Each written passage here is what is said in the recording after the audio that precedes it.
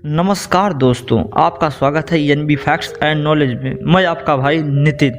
इंसान का अनाज कैसे ख़त्म होते जा रहा है? क्या इंसान को मांसाहारी बन जाना चाहिए या इंसान को शाकाहारी ही रहना चाहिए? इंसान इतना भुखमरी का शिकार क्यों बनते जा रहे हैं? इंसान जानवर को खा रहे हैं कि जानवर इंसान को खा रहे हैं या इंसान इंसान को खा रहे हैं? जानवर की संख्या इतनी बढ़ते कैसे जा रही है? मुर्गे की संख्या इतनी बढ़ते कैसे जा रही है? बकरों की संख्या इतनी बढ़ते कैसे जा रही है? सांड की संख्या इतनी बढ़ते कैसे जा रही है कि रोड पर भी वो दिखते हैं। अगर हम उन्हें नहीं खाए तो क्या वो हमको खाने लगेंगे? ग्लोबल वार्मिंग कैसे इतनी बढ़ते जा रही हैं? प्रजातियां जीवों की इतनी विलुप्त कैसे हो जा रही हैं? पृथ्वी का नाश कब तक हो जाएगा? गर्मी क्यों इतनी बढ़ती जा रही है? ग्लेशियर क्यों इतने गल रहे हैं? क्या ग्रीन हाउस गैस का प्रभाव पृथ्वी पर कितना पड़ रहा है? दोस्तों, इस तरीके का सवाल का जवाब आपको इस वीडियो में मिलेगा। दोस्तों, अंत तक जरूर बने रहना। पशुओं को मारकर लोग अपनी भूख मिटा रहे हैं और अपने भूख के बदले में उन्हें पीड़ा दे रहे हैं। दोस्तों, पशुओं को मारना कहाँ तक सही है, कहाँ तक गलत, ये आपके हाथों में सवाल है। दोस्तों, आपसे आज दो सवाल हम करेंगे, चूज आपको करना है कौन सा सवाल आपको अच्छा लगा। जो बेहतरीन लगे आप वही करना। सवाल नंबर 1, आपको शाकाहारी बनना है। सवाल नंबर 2, आपको मांसाहारी बनना है। तो आप शुरू करते हैं पूरी कहानी। जो आपको पसंद आए, कहानी सुनने के बाद, वीडियो अंत तक देखने के बाद वो चूज कर लेना। कुछ लोग ये कहते हैं कि हम सिर्फ मुर्गा खाते हैं, कुछ लोग ये कहते हैं हम सिर्फ मछली खाते हैं, कुछ लोग ये कहते हैं हम सिर्फ बकरा खाते हैं, कुछ लोग ये कहते हैं हम तो सिर्फ अंडा खाते हैं, कुछ लोग ये कहते हैं हम भैंसा वैसा खाते हैं। तो उनसे पृथ्वी का नाश कैसे होगा? दोस्तों, पृथ्वी का नाश तो मांसाहारी लोगों से ही होगा, ये तो तय है। मांसाहारियों से होगा कैसे, अब आप देख लीजिए। कुछ लोग का कहना ये है कि जब जानवर मांसाहारी हो सकते हैं तो इंसान भी तो मांसाहारी हो सकते हैं। हम आज उनको इस वीडियो में पूरी बातें बताएंगे। जानवर का मांसाहारी होना कहाँ तक सही है, कहाँ तक गलत, आपको हम बता रहे हैं। जानवर, अगर शेर और चीता की बात कीजिए, अगर वो मांसाहारी है तो अपना पेट भरने के लिए मांसाहारी है या मज़े के लिए मांसाहारी है। जानवर पेट भरने के लिए मांसाहारी होता है। और प्राकृतिक ने, हम आज ईश्वर और धर्म की बात नहीं करेंगे, सिर्फ प्राकृतिक और साइंटिफिक बातें करेंगे। शेर, चीता या बहुत सारे मांसाहारी जानवर शिकार करते हैं तो अपने पेट भरने के लिए करते हैं या कि मज़े के लिए करते हैं। दोस्तों, वो शिकार करते हैं, अपना पेट भर लेते हैं, उसके बाद जो जानवर को खाते हैं उनको खा के कुछ दिनों तक छोड़ देते हैं। दोस्तों, ये साइकिल प्रोसेस होता है प्राकृतिक का। अगर जानवर मांसाहार शाकाहार को नहीं खाएंगे और शाकाहार पेड़ पौधों को नहीं खाएंगे और छोटे जीव घास फूस को नहीं खाएंगे तो साइकिल क्रिया बेकार हो जाएगी। लेकिन इस प्रक्रिया में इंसान भी शामिल हो गया और इंसान जब शामिल होगा मांसाहारियों में, तब मांसाहारी की खपत इतनी ज़्यादा हो रही है कि पृथ्वी का नाश होते जा रहा है। जैसे आप अंदाज़ा इस प्रकार लगा लीजिए, दुनिया का सबसे बड़ा जंगल अमेजन का जंगल है जो ब्राज़ील में है। यह 55 लाख किलोमीटर स्क्वायर फीट में फैला हुआ है। दोस्तों, जो दुनिया का सबसे बड़ा जंगल है और इसे पृथ्वी का फेफड़ा भी कहा जाता है। दोस्तों, आपकी जानकारी के लिए हम बता दें कि पर डे 10 से 20 फुटबॉल मैदान के बराबर जंगल साफ किए जा रहे हैं। ये हमेशा साफ होता जा रहा है। अब ये मान के चलिए कि 55 लाख किलोमीटर स्क्वायर का ये जंगल कम ही होता जा रहा है। दूसरी बात अपने देश की कर लेते हैं। अपने देश का सबसे बड़ा जंगल सुंदरबन डेल्टा पर स्थित सुंदरबन जंगल है। ये भी रोजाना आधे फुटबॉल मैच के बराबर कटता जा रहा है जंगल। और अदर कितने कट रहे हैं उनकी बात तो छोड़ ही दीजिए, बात ये हो रही है कि कट क्यों रहे हैं। दोस्तों, कटने का सबसे बड़ा रीज़न है पशुपालन के लिए। दोस्तों, आपकी जानकारी के लिए बता दें, इंसान खतरे में नहीं है बल्कि जानवर खतरे में है। इसलिए इंसान भी खतरे में है, क्योंकि जब इंसान जानवर को खा लेगा, जानवर ख़त्म हो जाएगा। जानवर को और पैदा करने के लिए इंसान की रोटी छिन जाएगी, और जब इंसान की रोटी छिन जाएगी तो इंसान खतरे में आ जाएगा और इंसान मर जाएगा। दोस्तों, रोज़ाना 20,000 लोग से ज़्यादा मारे जाते हैं भूखमरी की वजह से। क्योंकि इनको खाने के लिए रोटी नहीं मिलता है, इसलिए भूखमरी का शिकार होते जा रहे हैं। जो दोस्तों, जो आपके थाली में मांस आता है तो आप क्या समझते हैं, मांस वैसे उसमें उत्पन्न हो गया, प्रकट हो गया, बस खा लें काम ख़त्म। ये नहीं सोचते कि वो मांस को उगाया कैसे जा रहा है। दोस्तों, एक भैंसे को पैदा करने से बड़ा करने तक इतना खर्चा हो जाता है उसके पीछे कि क्या बताएं। दोस्तों, भैंसे को बीफ कहते हैं, उसकी मांस को। दोस्तों, जब भैंसे की 1 किलो मांस आप खाते हैं तो आप ये समझ लीजिए उसके पीछे 25 से 30 किलो अनाज खिलाया जाता है, तब वो 1 किलो मांस तैयार होता है। तब आप अंदाज़ा लगाइए भैंसा कितना बड़ा रहता है, उसको कितना अनाज खिलाना पड़ता होगा उसके जीवन में बड़ा करने के लिए। तो आप कितने लोगों का अनाज 1 किलो मांस खाकर चुकाए। दोस्तों, आपको और भी बातें हम बता रहे हैं कि किस तरीके से आप इतना बड़ा खामियां भुगत रहे हैं। दोस्तों, आज के समय में टेम्परेचर इतना बढ़ता कैसे जा रहा है, टेम्परेचर इतना बढ़ते जा रहा है, गर्मी बढ़ते जा रही है, ग्लेशियर पिघलता जा रहा है, ये सब बातें आज इसमें ही बता देंगे। दोस्तों, ये बात आप ये इस तरीके से समझिए कि मुर्गी फार्म और बकरी फार्म और मछली फार्म और ये भैंसे का और गाय का फार्म की बात ही मत करो।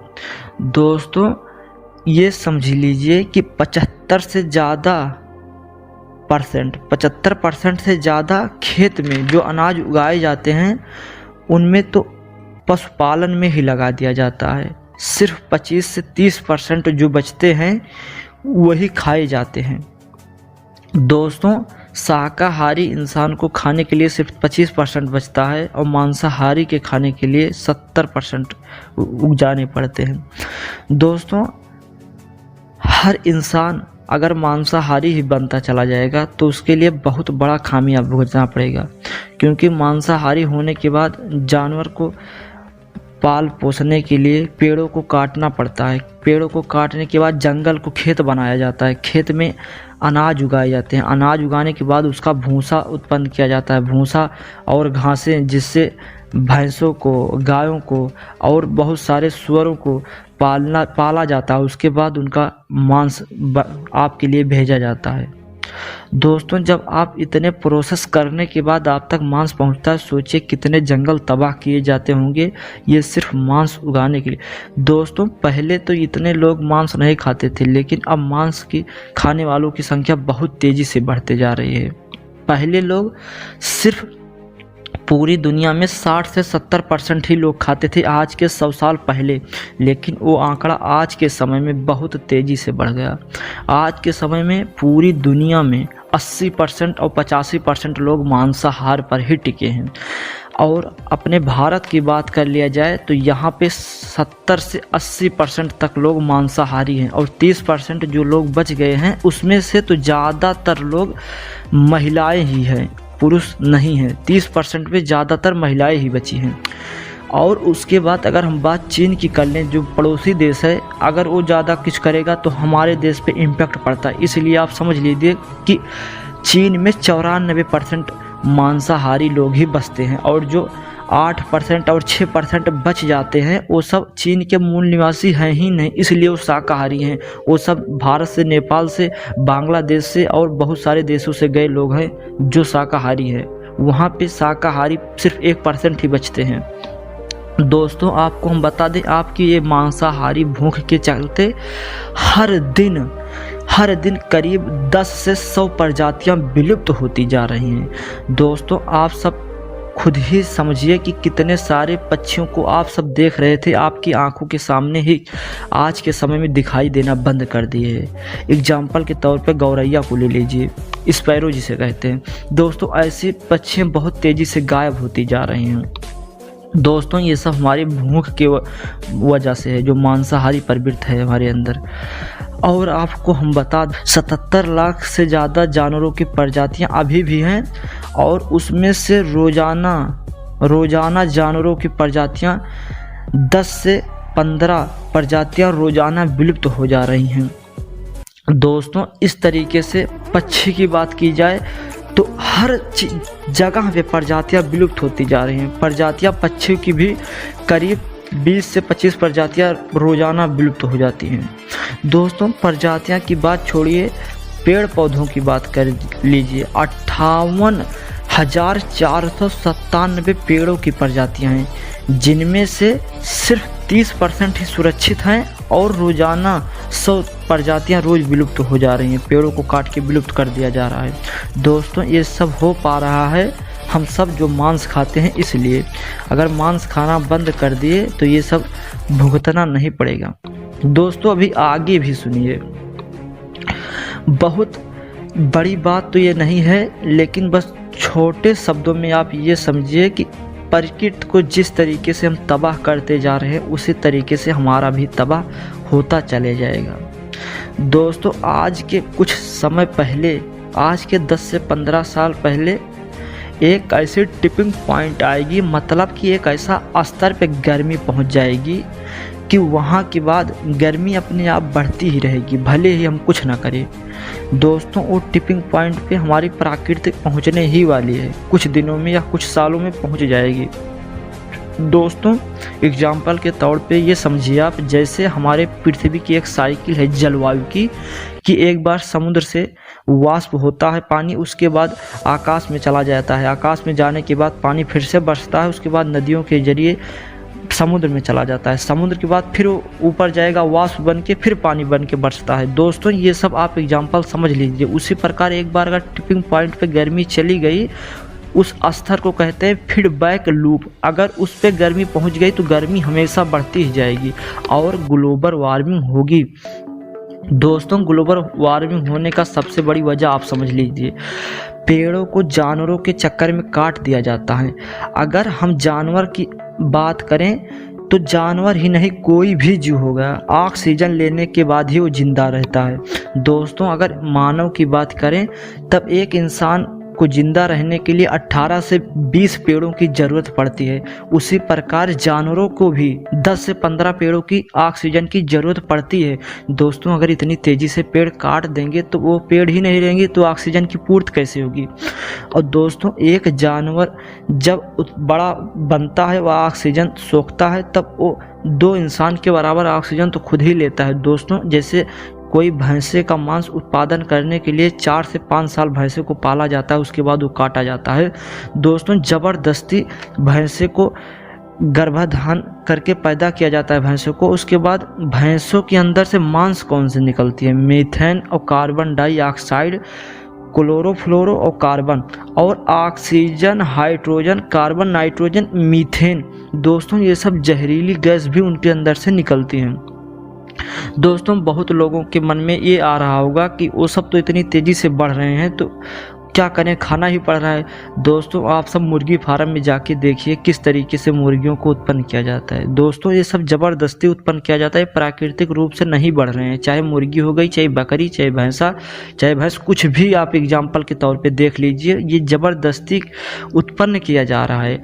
अगर आप ये समझ रहे हैं कि मुर्गियों को उत्पन्न नहीं किया जा रहा है तो आप बताइए स्पैरो और पैरट ये सब पक्षी क्यों नहीं इतना तेज़ी से बढ़ जा रहे हैं, क्यों मुर्गा इतनी तेज़ी से बढ़ रहा है। कौवा तो कोई नहीं खाता, कौवा की कितनी प्रजातियां बढ़ती चली जा रही हैं, कौवा कहाँ इतना बढ़ गया है। और कौवा इसलिए भी इतना ज़्यादा है, अभी जो भी बचे भी हैं इसलिए बचे हैं क्योंकि कौवा सर्वाहारी है, वो सब चीज़ खा लेता है। और इसकी अपेक्षा और किसी पक्षी की बात कीजिए तो आपको बहुत संख्या कम मिलेगी।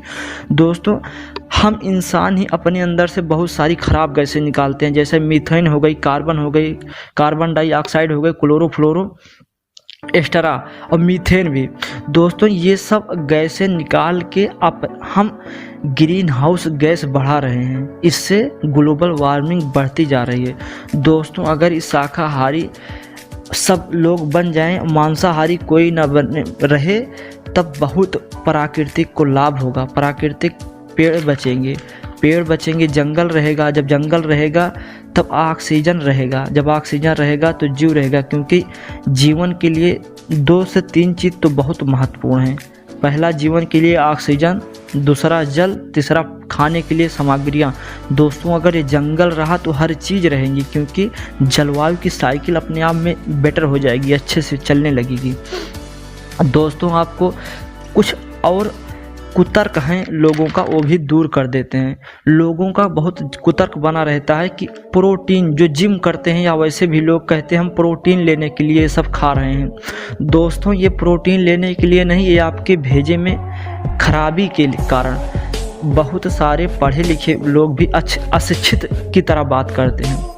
दोस्तों आपको हम बता दें शाकाहारी और मांसाहारी में डिफरेंट क्या है। दोस्तों अगर आप 100 ग्राम प्रोटीन लेना चाह रहे हैं तो उसके लिए अगर आप 36 ग्राम सोयाबीन से जितनी प्रोटीन निकलती है उतना चिकन में सिर्फ 27 ग्राम ही निकलेगा। मतलब कि अगर 100 ग्राम आप चिकन खाएंगे तो उसमें 27 ग्राम प्रोटीन निकलेगा। अगर आप 100 ग्राम सोयाबीन खा लिए तो उसमें आपको 36 ग्राम प्रोटीन निकलेगा। वही आंकड़ा मूंगफली में 26 ग्राम प्रोटीन निकलता है और भैंसे की मांस में 25 से 30 ग्राम।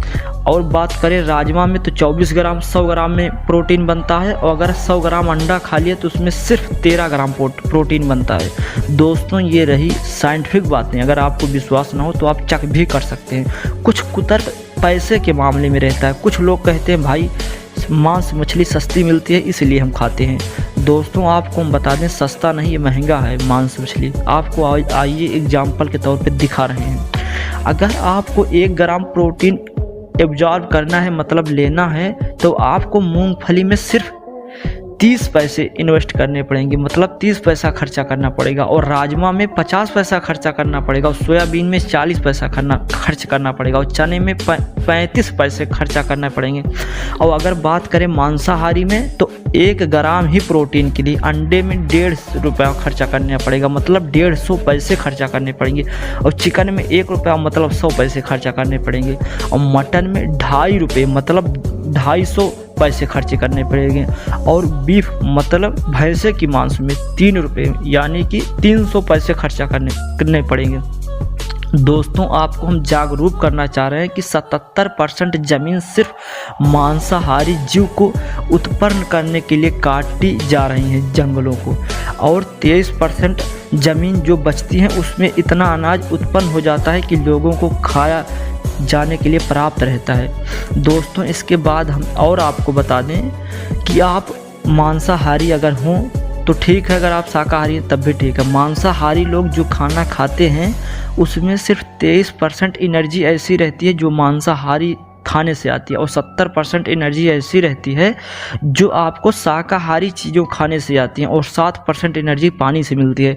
दोस्तों अगर आप कोई मांसाहारी चिकन मटन और कुछ भी खाए अंडा वंडा, तब आपको ये समझ लीजिए उसके साथ आप रोटी और चावल तो खाएंगे ही, दाल रोटी चावल, तो उससे ज़्यादातर एनर्जी तो आप एब्जॉर्ब कर ही लेते हैं। तब आपको मांसाहार खाने की क्या ज़रूरत है। दोस्तों मांसाहारी लोग शाकाहारियों का भी खाना खाते हैं और मांसाहारियों का खाना खाते हैं, मतलब ये कहीं पर एक अस्थायी रूप से नहीं है। दोस्तों मांसाहार की इतने बड़ी आपका मिथ हम दूर किया। अगर आपको अब खुद चूज करना है आपको क्या लेना है। दोस्तों मांसाहार महंगा भी पड़ता है पैसों में, प्राकृतिक भी महंगा पड़ रहा है और जीवन भी नाश होता जा रहा है। दोस्तों इस प्रकार अगर जंगल ख़त्म होते चले जाएंगे तो सबसे बड़ा कार्बन डाइऑक्साइड का अवशोषण सिर्फ जंगल कर पा रहा था, उसके बाद समुद्र करता है। समुद्र की क्षमता अब ख़त्म हो गई है, जंगल की क्षमता थी लेकिन अब इंसान ख़त्म करते चले जा रहे हैं। तो दोस्तों आप ये समझ लीजिए कि 20 से 25 साल में इतनी गर्मी बढ़ जाएगी कि टेम्परेचर सहने से बहरे हो जाएगा, बाहर हो जाएगा, सह नहीं पाएंगे इंसान उसका टेम्परेचर। और 50 से 100 साल में इतना ज़्यादा किरणें सूर्य से आएंगी, अल्ट्रावायलेट किरणें, कि शरीर की चमड़ी के ऊपरी भाग छिल देंगी और उससे कैंसर जैसी घातक बीमारियां होने लगेंगी। और 100 से 1000 साल में इंसान की आधी प्रजाति मरने वाली रहेगी, ख़त्म होने वाली पहुंच जाएगी। और 1000 से 10,000 सालों में इंसान ख़त्म हो जाएगा ज़्यादातर। तो जब इंसान ही नहीं रहेगा तो पृथ्वी किस काम की।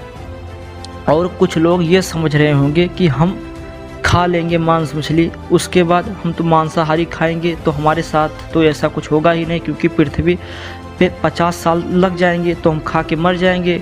लेकिन दोस्तों आपको हम बता दें कि आप जो करके चले जाएंगे तो आपके पुत्र पुत्री और पोते घुट घुट के मरेंगे। दोस्तों अभी समय है, संभल जाइए, नहीं संभलने का मौका तो मिलेगा ही नहीं।